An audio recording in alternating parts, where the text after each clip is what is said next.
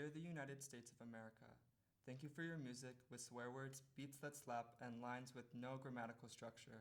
For marijuana with its thriving black market and non-gateway classification.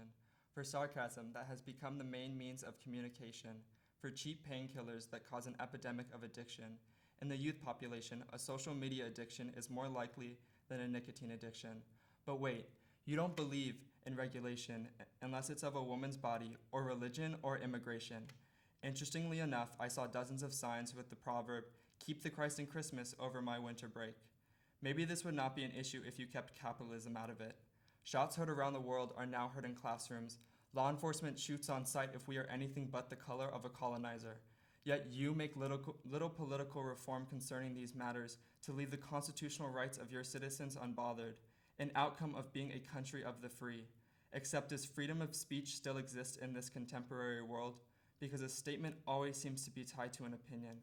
Not to push an agenda, but have you watched Fox News or CNN lately? Amid the Me Too movement, the patriarchy continues to exploit, dismiss, and silence women.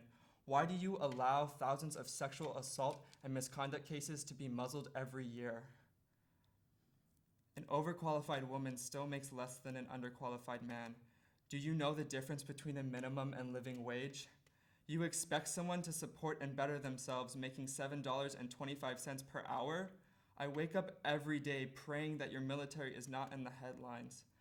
Why do you decide to intervene and cut deeper divides in conflicts you created to boost your economy? Why are the talks about money harder than the ones about the birds and the bees, even when your birds and bees are dying?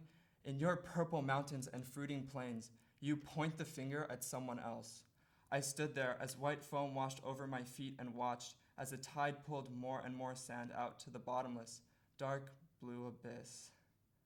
But what happened when there was no more sand?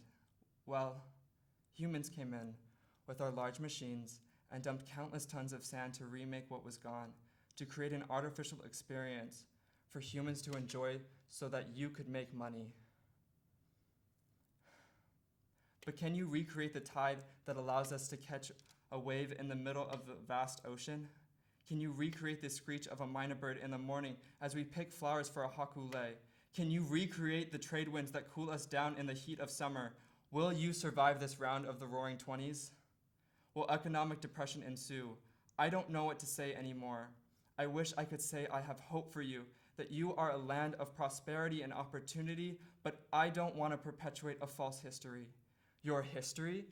You mean an endless reiteration of entitled manifest destiny? Kudos to your military budget, which outshines that of education. I guess that's why we, as the next generation, lack a proper understanding of the English language. Instead, I was taught to be confident and that I should get what I want no matter the price, an outcome of my comfortable position in your society due to my entrenched privilege. Why does everything seem to be cyclical in a time where you are striving to create a new future? Sincerely, your unnationalistic, medicated, confused Generation Z bystanding global leader.